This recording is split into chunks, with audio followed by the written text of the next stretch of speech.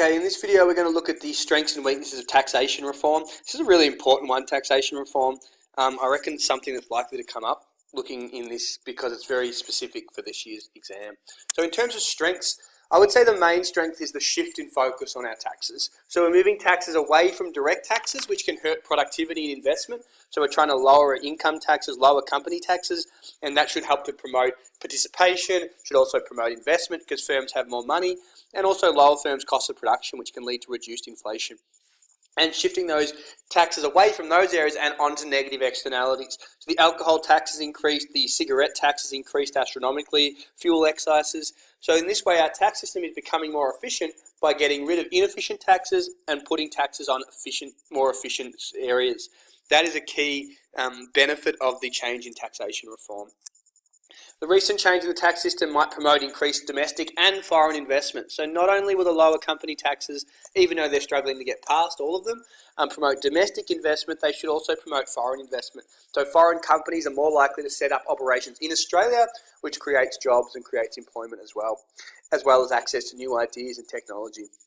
So businesses that face lower company tax rates may be able to enjoy the benefits that are associated with increased investment.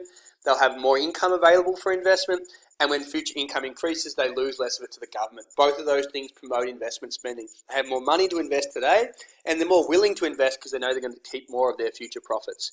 This should attract not only local businesses to expand, but also attract new businesses to set up in Australia because the tax rates are more competitive than they are overseas.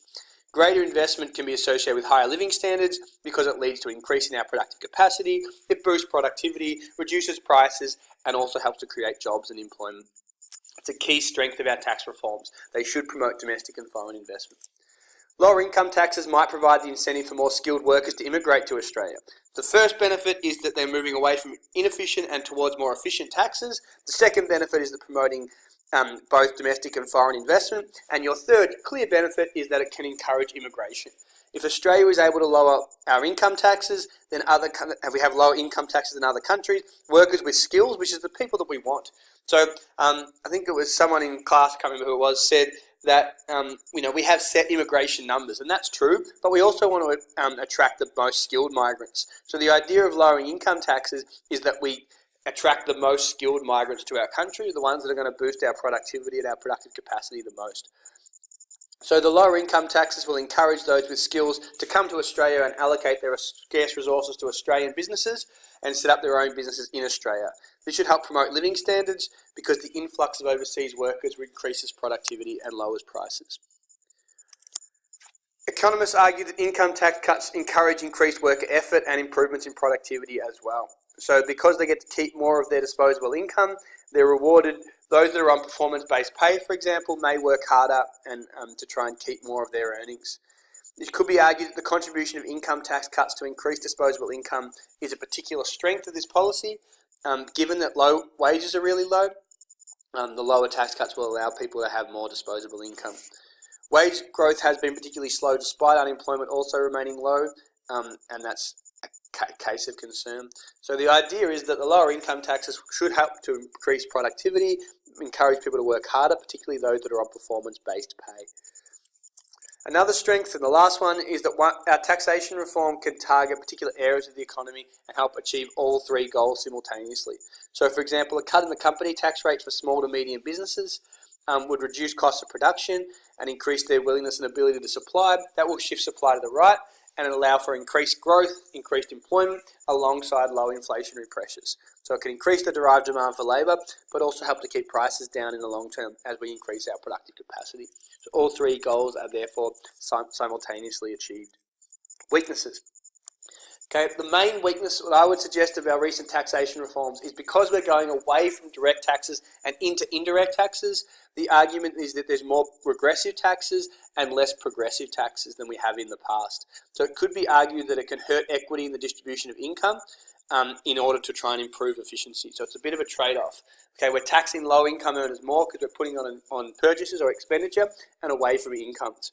This could increase the Gini coefficient to make the distribution of income less equitable for equivalised disposable income and push the Lorenz curve away from the line of absolute equality. Living standards for some might be reduced due to the diminishing purchasing power. So, for example, if you're a low-income smoker, for example, your living standards are likely to be diminished.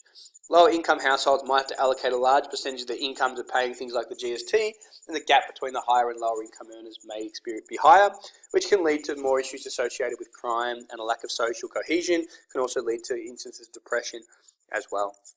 So the one main weakness I would say from our recent taxation reforms is the fact that it's making the distribution of income less equitable, because we're taxing the poor more because we're putting more on purchases as opposed to income.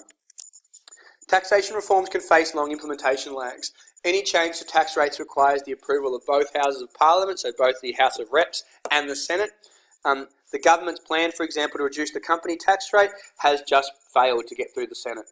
So they wanted to reduce the company tax rate to 27.5% for all businesses earning less than $50 million initially, and then they wanted to reduce it to 25% for all businesses. That has failed. It hasn't gotten through the Parliament. They haven't got support in the Senate.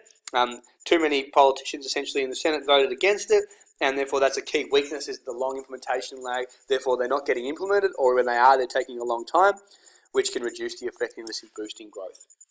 So bad for equity, long implementation lag. Another one is that when we implement a lot of these taxation reforms, they do involve a reduction in government revenue from tax collections. So the reduction in revenue could lead to a bigger budget deficit and compromise our goal of fiscal consolidation in the future. For example, the cuts in company tax rates in July 2017 mean that the government will receive less revenue from business activities, and therefore could lead to a bigger budget deficit. This could lead to, I'm going to pause this, and we're back. The deficit requires financing, which could then essentially lead to a bigger budget deficit, which could lead to more debt and put pressure on future generations. So the argument against, for example, income taxes, bringing it to a more practical level, the income tax cuts, we're trying to achieve fiscal consolidation, that's working directly against that, and could have negative implications for future generations because it could lead to bigger budget deficits and more debt going forward. Living standards could therefore decline in the short run or the long run because the government might make cuts in social spending or other areas to fund these tax cuts, or it can lead to problems with our credit rating and things like that. So the tax cuts go against our goal of fiscal consolidation.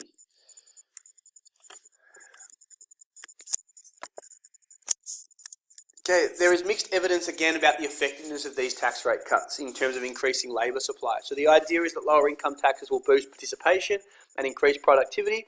However, the idea is that sometimes they can actually not lead to increased entrepreneurship, and they may not lead to more effort. The lowering income taxes on high income earners can have unexpected outcomes. So for example, some people might experience higher disposable incomes, and that actually might provide the incentive to work less because they know they don't have to work as long to achieve the same income.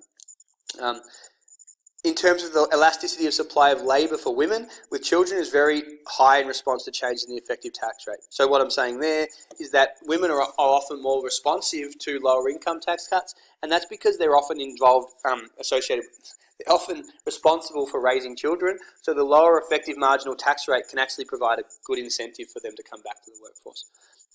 Women are very likely to be discouraged from working because of higher effective marginal tax rates. So in terms of the weakness at the moment, there's little evidence that lower income taxes always stimulate productivity and always encourage people to go back to work and work longer hours. Lastly, the lower company tax rates might not have the desired effect if businesses do not see potential increases in their market size in the future. I wouldn't worry too much about this one here. This is talking about the fact that our company tax rates are still relatively high, and therefore they may not encourage the investment that we want. Thank you.